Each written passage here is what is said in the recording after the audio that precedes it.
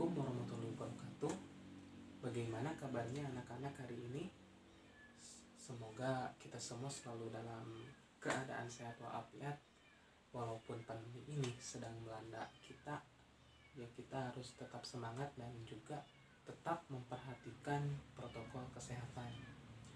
Itu maaf tugasnya dikerjakan lagi nanti, tugas menggambar seni lukisnya. Dan sekarang kita semua belajar ekonomi. Itu kenapa maskernya tidak dipakai?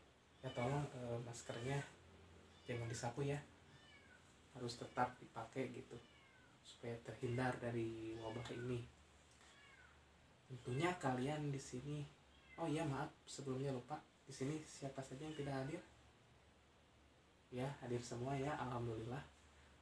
Tentunya di sini kita semua selalu kerjasama dan kan baik dengan teman, saudara maupun yang lainnya. Tentunya kerjasama ini memiliki tujuan.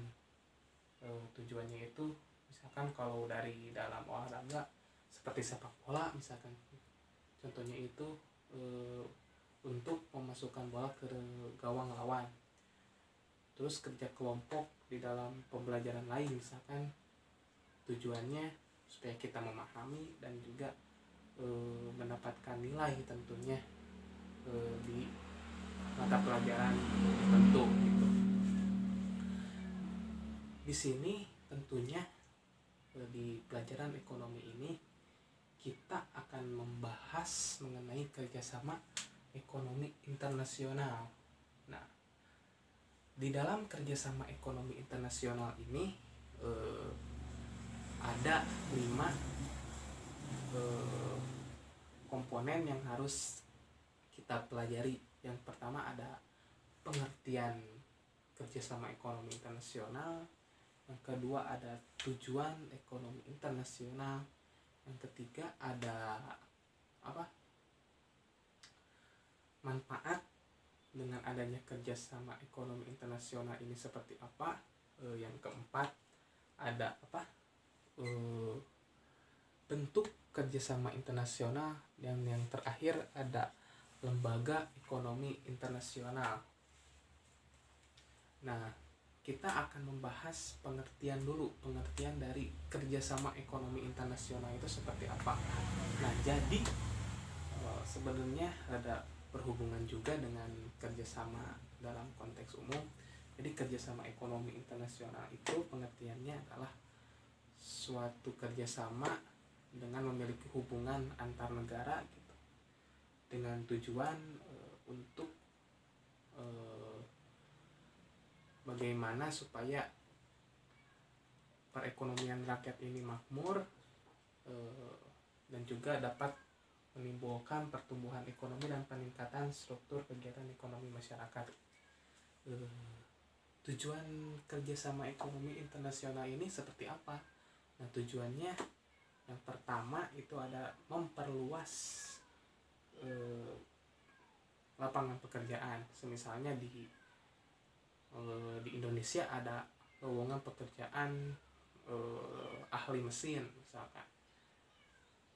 Terus di Jepang ada lowongan pekerjaan seperti pembuatan tahu misalkan, karena Jepang ini ingin memiliki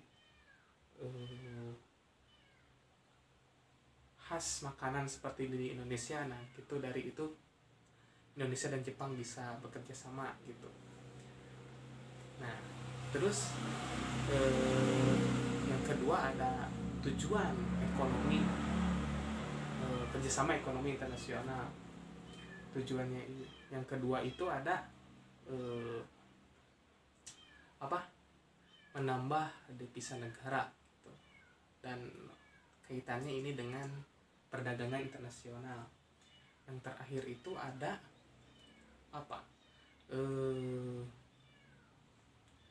mendistribusikan sumber daya yang ada. Misalkan di Jepang ini membutuhkan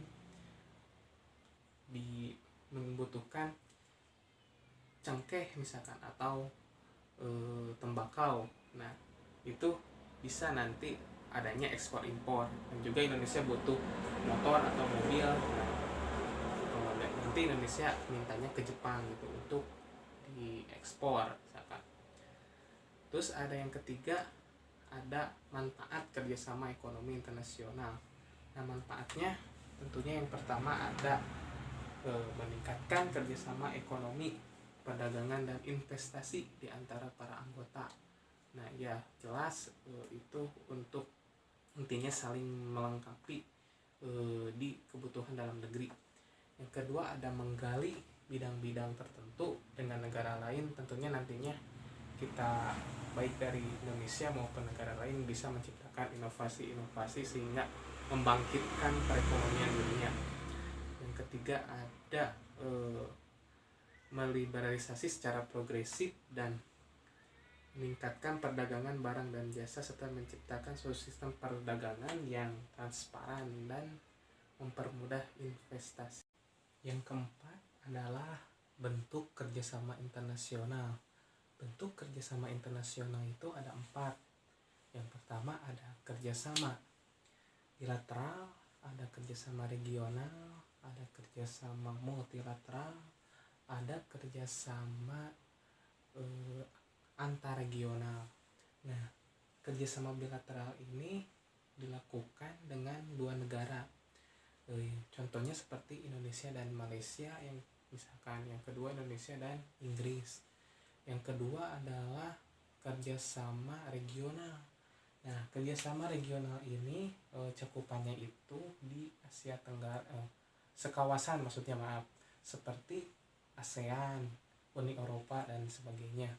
Yang ketiga adalah kerjasama multilateral. Nah, multilateral ini tidak dibatasi cakupannya, jadi tidak ada batasan dengan negara mana saja gitu. Seperti kerjasama Indonesia dengan Afrika dan lain sebagainya. Yang keempat, kerjasama antarregional. Nah, kerjasama antarregional ini seperti contohnya ASEAN bekerjasama dengan Uni Eropa. Nah, yang kelima yang kita harus pelajari adalah lembaga-lembaga kerjasama ekonomi internasional.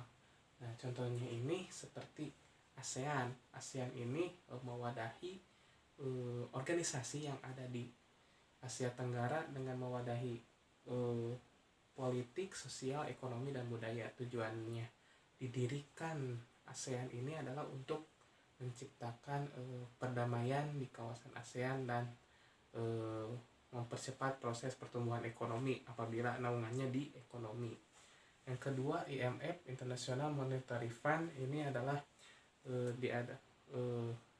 meliputi cakupannya itu penetapan kurs devisa dan juga bisa jadi menjaga kestabilan nilai tukar rupiah dan sebagainya. Yang ketiga ada International Labour Organization atau disingkat ILO, itu organisasi yang membawahi perburuhan di dunia. Tujuan didirikannya ILO itu adalah untuk mengatasi ketimpangan-ketimpangan yang ada di dunia terkait ketenagakerjaan. Sebenarnya banyak organisasi yang yang berhubungan di dunia ini dengan membentuknya kerjasama. Kalian bisa baca sendiri organisasi dunia yang kerjasama yang ada di dunia. Mungkin itu saja yang dapat Bapak sampaikan. Kalian jangan lupa untuk mempelajari bahasan selanjutnya pada minggu yang akan datang. Mungkin itu saja yang dapat Bapak sampaikan. Cukup sekian dan terima kasih. Mohon maaf bila ada kekurangan kesalahan. Wassalamualaikum warahmatullahi wabarakatuh.